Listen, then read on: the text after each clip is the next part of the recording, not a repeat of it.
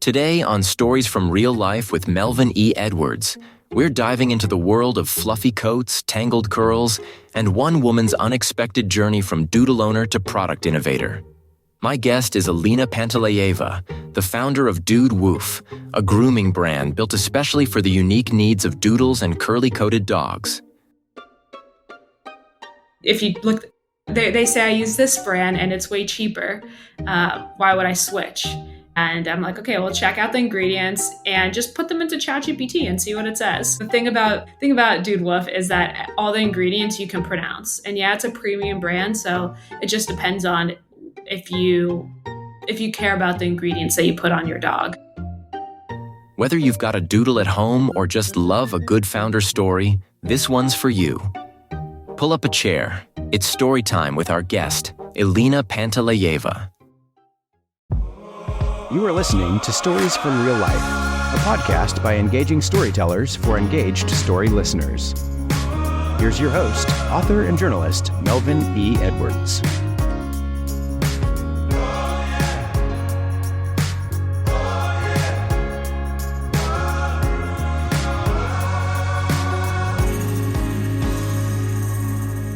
Hello again, and welcome to another episode of Stories from Real Life. I'm your host, Melvin E. Edwards. Thank you for joining me for the podcast where personal stories can have a global impact. As you heard in the intro, our guest today is Dood Woof founder Elina Panteleyeva. Elena, thank you for joining me today. Thank you for having me. So my first question is about your last name, which I'm sure I just butchered, even though I practiced it. But it has a beautiful Slavic ring to it. Can you tell me a little bit about your cultural background and where your family is originally from? Yeah, so actually I was also born in Ukraine, but my family lineage in general is from Ukraine. And then when I was 3, we immigrated to Ohio, out of all places. Ohio. Yeah. Most people go to New York or California. Somehow we ended up as refugees in Ohio. That's as middle of the country as you can get. Yeah. Did you like Ohio? Ohio, I mean, yeah, it's interesting leaving and going back there. It's love the Midwest. It just, when you leave the Midwest and go back to Midwest, your initial thought is like, oh, this is so Midwest. And you're in Texas now, right? Yep. So now I'm in Austin. I grew up in a city. I was in Cincinnati and then went to school in Columbus. But still being in Austin, I feel like Austin is such a mosh podge of so many different people because everyone just kind of moves here. No one's from here. Versus in the Midwest, everyone is from there and lives there. Yes, Austin is definitely a melting pot. I lived in Austin for 5 years when I worked at the legislature. Long time ago. Different life. So how has your heritage shaped you in any way, especially as a business owner? I think what's shaped the most is the fact that we're immigrants. So, in my family, I've never really seen anyone be an entrepreneur because we immigrated here. And so a big key is like finding that safety. And I feel really lucky and blessed that my parents were able to do that for our family. And so kind of this gave me the opportunity to now, yes, I need to make sure my life is good and safe and in order, but it gave me the opportunity to be an entrepreneur, which is something that they didn't really weren't able to do when they immigrated here. All right. So was there a moment when you said, I have to build this company. I have to start Dood Woof? Yeah. So 2023 got laid off from my job. And I've always had this entrepreneurial bug in me. In college, I would buy things on Craigslist and flip them on eBay. And I was like, my God, I'm making so much more money than in my internship. And this is so much more thrilling. So when I got laid off in 2023, I kind of took it as a sign from the universe that, all right, like if there's any time to start something, it'd be right now. Because I'm single, I didn't have kids. It was just me. And so I didn't know what I was going to do though, but I picked up this book and it was related to e-commerce and I was reading it and I remember thinking, I think I can do this. And that's what sparked the beginning of being a business owner. And did you have a background in pet care or product development before launching this brand? No, not at all. I was working in tech as a project manager, and I didn't have any e-commerce background, marketing, no, nothing. I had no idea what I was doing. How long did it take you to sort of pick it up? Um, it took, it's so gradual. So I read this book and I was like, okay, the whole premise of the book is before, and I think this is just a valuable thing for any business owner. It doesn't matter what industry you're in, but the whole premise of the book was before you deciding what you're going to create, what product or what service, choose the person that you want to serve. Like who's the audience that you want to serve, and then you can create 4 products for this person or a service for this person. But the key here is to whatever business you're creating, you always have that specific demographic in mind and you just try to provide value to them. Like, what do they actually need? So I knew that since I got laid off, no matter what business I started, there's only 2 ways that I could actually get traction on it, which was either through paid ads, which I was broke, so I couldn't do, or organic social media, which I'd never posted anything online really. But I looked at my dog and I was like, all right, if there's any video that I could make or post, it'd be with my dog. And so that's when I decided, all right, I'm going to make a brand and it's going to be for doodle owners. So any dog that's mixed with a poodle. And then I just started interviewing doodle owners. I went into Facebook groups and I was like, hey, would anyone be willing to talk to me about having their doodle? I learned what people's biggest challenges were of having a doodle. I took that, I put that into ChatGPT, and we came up with our first product. That's a cool story. So what are some of the biggest surprises, either good or bad, that you've encountered in the early stages of Dood Woof? Well, e-commerce specifically is really expensive because you have to buy inventory upfront. So before you sell anything, you have to put in thousands of dollars to buy inventory. The other thing is how important it is to build a community of people before you actually launch a product or a service or a business. So my story is got laid off in March, kind of started posting on social media in May, and at the same time was creating my product. Launched the product in December 2023. But by that time, from May to December, I was able to build up a little following, some people on my email list, some people on Instagram, that when I was ready to launch the product, I knew that I had enough people to at least move some inventory, at least buy it one time. And so we had enough people on day one that we were able to trigger the Amazon algorithm and become the #1 new release on Amazon. And throughout this whole entire process, I was, asking my community and my audience, hey, would you be willing to test this and provide feedback? What do you think of this label design? Is this actually something you want? Bringing them on the journey of creating our first product. And that's why I knew that I wasn't just launching a product into the abyss, hoping that somebody would buy, but creating that community was the most. And then I can ask them for reviews, and now they're buying my second products and etc. So they were helping you build your business from the paws up, right? From the paws up, exactly, yeah. And you don't have to be an expert. I never branded myself hey, I'm a pet expert or a doodle expert or a vet. I said I'm just a doodle owner like you. Doodles get matted easily, get tangled. And the products that exist in the market right now, they're filled with tons of chemicals and ingredients that you can't pronounce. So this product right here, I know this works because you all tested it, and it's made with all natural human grade ingredients. So there was a need for the product, and we had a differentiating factor, and that's the key formula. Okay. I think you may have just answered this question already, but I'll ask it so we can get some more details. What makes doodles such a unique grooming challenge compared to other breeds of dogs? So they have human-like hair, and so it gets just really tangled easily. So it's hard to brush it. So our first product was the detangler spray. And then we also have a doodle shampoo. And then we're coming out with some other products not related to grooming, but just for doodles, other unique characteristics. So perming their hair. No, they're very and you have to remember like all these there's a ton of other dog breed owners that use our products or just specifically like I will only market to doodle owners. So like the next thing is they're very very smart and high energy. So then our next product is helping keeping the dogs occupied during the day. Like it's like a special toy that we're creating. Okay. So you created products specifically for curly and fluffy coats.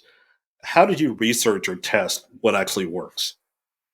The audience, at first the first step was figuring out what is different about doodle owners. And I went to Facebook groups like I mentioned, talk to people, which is always talk to people, don't just assume things. They told me what their biggest challenge of having a doodle was, decided I was going to create a detangler spray, looked what's on the market, and didn't like the ingredients. So I said, okay, I'm going to make it with all natural human grade ingredients, no silicone, etc., all the good stuff. Then started finding manufacturers through Google, and there's another website. And then most people told me they can't make the product that I wanted, but someone, ninth page of Doodle, told me they'd work with me. And so we started creating the product. They sent me I told them some things that I wanted in it, and they sent me samples, and I would have people test it. And through building a little social media following, I would DM people, be like, hey, would you be willing to test this on your dog and give me feedback? And that's just how we built the product. So how do you balance the function of the product, the things like scent, and then safety in the products you create? Yeah, it's tough. Because especially the shampoo, for example, a lot of people, when they take their dog to the groomer, it comes back with, and the dog smells like super strong for days, and it smells really good. Don't get me wrong. But like our stuff, like our shampoo, for example, since it's all natural and that's what I want, it's scented with lavender essential oil, which lavender and like a low dose to make sure it's like not toxic for the dog. So the thing is, lavender essential oil, it kind of the scent goes away faster, like dissipates. So it's a lot less. It's not as strong. So it's just something that you make a decision. Like I made a decision that for me, what's more important is that dogs have sensitive noses, and I want to create a product for them that's actually healthy for them. All right. So you're in a niche market. So how do you stay ahead of trends when your product is so specific? I don't look at trends. I ask my customers what they want. I create good products that provide value to those customers. And so there's not a specific trend that I'm following or just trying to stay ahead on. All right. So what kind of skills or lessons from past jobs that you've had, how have they helped you in becoming a founder of a business? So my background is in project management, which is basically, I went to school for engineering, which has zero need for what I'm doing now. Project management, honestly, being a founder, especially if you're in the beginning and you're like a single founder, is super helpful. Is a really helpful skill because you have a million pieces going on at the same time, a million things, projects, like this is happening over here, and just figuring out what is the highest priority at the moment, what you need to do to move the needle forward, who you need to follow up with, things like that. I mean, that is what project management is. So you're balancing all these different priorities, trying to understand which is the highest. What are some of the myths about entrepreneurship that you sort of bumped up against when starting this business? I think that in general, social media glorifies entrepreneurship a lot. I love being an entrepreneur, but 1,000%, I do not think this is for everyone. I think there's beauty in having a very stable 9 to 5, and social media is all about, like, at least my feed is so much about being an entrepreneur is like the way to go. It's amazing. Here you are at the beach. That's not how it is, especially in the beginning.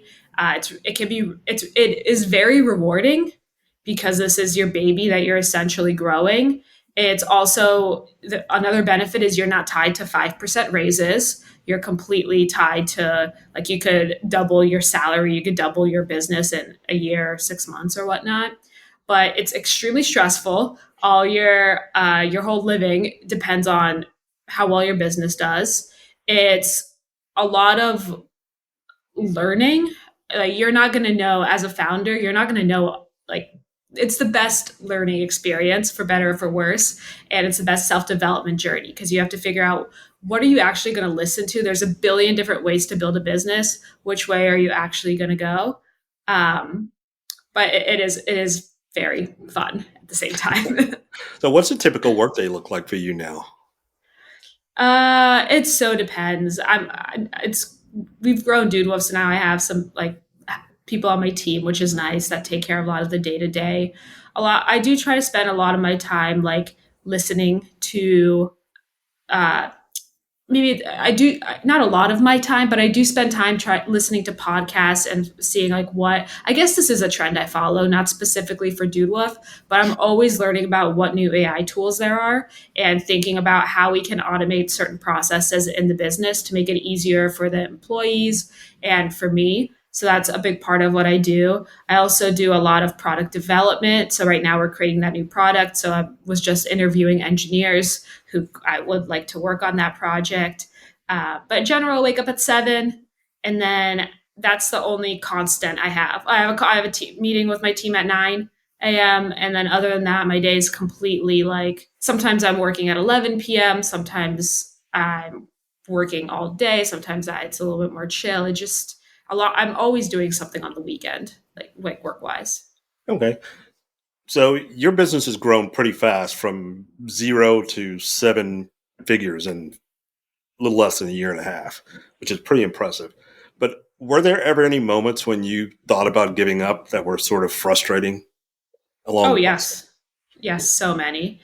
Especially when in the beginning, when things like things aren't moving, you don't have the product, you don't have the service, or you just launched and things are slow. That's the benefit of building a community, is when you launch, you get sales immediately. So for me in the beginning, it was before I launched the product, it's like I don't have any followers on Instagram. I'm posting to the abyss. This is stupid. It was at the beginning, it's all a mindset thing. So every day I had to train myself to believe in myself. I legitimately would tell myself, like, I believe in myself. I'm doing this. And then always making a to-do list of, if you think about, sometimes I get overwhelmed and want to quit, but what I've learned to do for myself is, yes, you have that end goal, but now break it up and every day do 1% to get to that goal. Just do something that will move you closer to that goal, whether it's sending an email or talking or scheduling a phone call, like simple things that are moving you towards what your end goal is. That definitely helps with the not giving up part. That sounds a lot like podcasting. Yeah. A lot of the same kind of frustrations, slow, gradual progression. But you believe you're developing something that's useful to people, and eventually they'll catch up with you. That's what you hope for. Yeah, I think consistency is, and I'm sure you can attest to this, it's like most people, if you can be consistent over a long period of time, you will outbeat most people, because most people quit. And so there's just no way that nothing will happen if you're consistent over a period of time. I agree. So what has been your favorite customer story or review that you've had during this journey so far?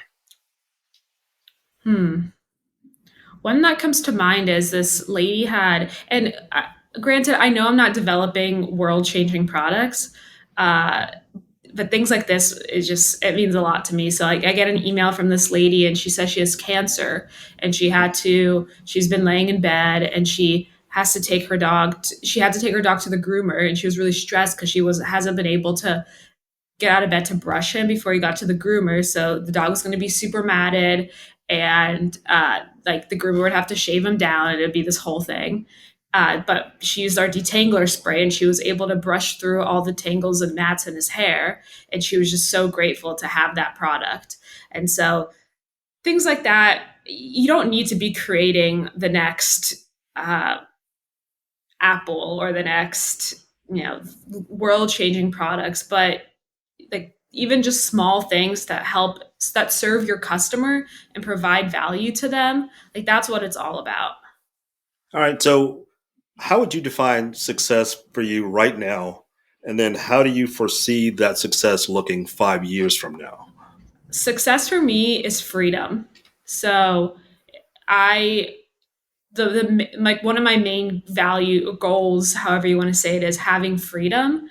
And so that in that sense, my business, this is a good question because sometimes you forget to look at where you are. And so in that sense, I feel like my business is successful for me, because it gives me the freedom to live my life, and live my day on my own terms.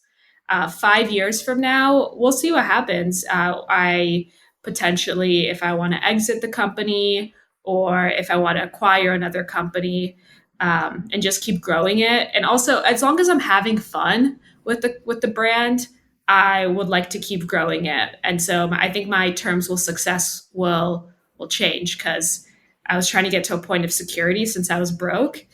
So that now having that security and freedom is success. But after that, we'll see what success means to me then.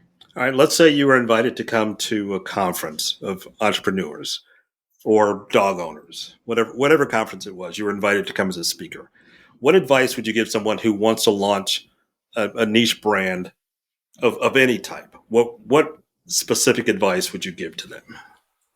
Well, this is the advice I give my clients, which is always build a community first. Figure out, choose a person, talk to them, find them on Facebook, whoever your niche audience is, figure out what they want, because likely what you think they want is not what they actually want, and get a sample size of answers or maybe what challenges they have.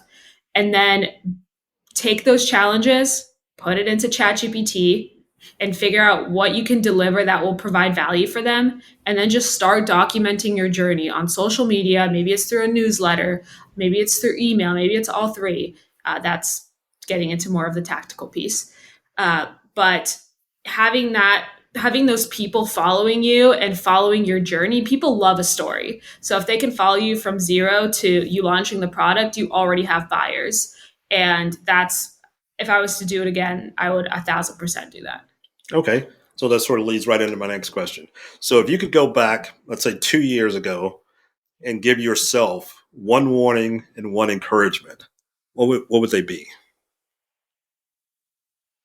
One warning is it's gonna be an uphill battle, but it's so worth it at the top. It's so worth it if you just get through it, and you're gonna just change. This is the encouragement part. This is the best self-development, self-growth journey you'll ever go on. You'll learn more about yourself and like your strength than any textbook, any college, any job ever will teach you. So how much do you think you've matured in the last 2 years? I'm not sure if matured is the right word, but I'm just a completely different person. The way that I operate, the things I care about, the way I think, and the way that I just believe in myself. And I truly, by going through this process, there are times I forget, but then I remind myself, like, I literally can do anything if I put my mind to it, because I now have proof that I was able to do this, because it's very difficult. It was not a walk in the park. And so there's a good pun, a walk in the park with your there we go. Yeah, exactly. So that definitely is a benefit of being an entrepreneur, starting from nothing and growing a business. That must be so empowering for you. I'm just proud of myself for not giving up. It's very easy to give up, but like you mentioned, being consistent over long periods of time, that's where consistency outbeats a lot. All right, so kind of an out of left field question. If Dood Woof were a person, how would you describe its personality? Ooh. So I would say playful, honest, transparent, a huge health nut, uh, and fun. Okay. Good traits there. It's our brand personality, I would say. Brand voice. So, what's next for you and the brand? Anything exciting on the horizon? So we're launching product 3 by the end of this year, hopefully. And then continuing to grow these 2 products. We're doing a big push on more influencer outreach and just becoming, my goal is that when someone gets a doodle, they know that they can go to Dood Woof and get what they need for their doodle and just trust the brand that it's the highest quality items and this is the best brand for their dog. Okay, just a couple questions left as we start to wind down this conversation. So, can you leave us with one tip for doodle parents that they probably don't know? Check the ingredients on the things that you use. There's the amounts of times where people have been like, oh, I use this brand. And I was like, oh, do you know, like, if you look, they say I use this brand and it's way cheaper. Why would I switch? And I'm like, okay, well, check out the ingredients and just put them into ChatGPT and see what it says. The thing about Dood Woof is that all the ingredients you can pronounce, and yeah, it's a premium brand, so it just depends on if you care about the ingredients that you put on your dog. Okay, and the final question today is one that I ask all of my guests. It's a very general question. What one piece of advice would you leave with the listeners on any topic? My advice is to just get started, and you don't need to be an expert. If you get started and you do even 1% to move forward and whatever your goal is every day, you will either meet people a lot, like the universe will bring you the right people at the right time to help grow, or you'll start seeing progress, or just things will start coming together in little pieces. And you don't need to be reading a gazillion textbooks on this topic to become a huge expert before you start. You can just get started and figure it out as you go. That's very good advice to round off this conversation. So our guest today, and I'm going to try to say her name again, Elina Panteleyeva. Close. Can you say it for us so the audience can at least hear it once said correctly? Elina Panteleyeva. Panteleyeva. Very beautiful name, by the way. Thank you. So thank you for being here today. I appreciate you talking about your product, and congratulations on your success so far. Yeah, thank you for having me, Melvin. So please go to my website at podcastreallife.com for more information about my guest and the things we discussed today, including a link to her business. That's it for today's episode of Stories from Real Life. Join us again next time for another chance to learn from each other. Until then, don't forget to shine your light wherever you go. Thank you for tuning in to this episode of Stories from Real Life. Don't forget to subscribe and share. Let's meet right here every Tuesday and Friday. See you then.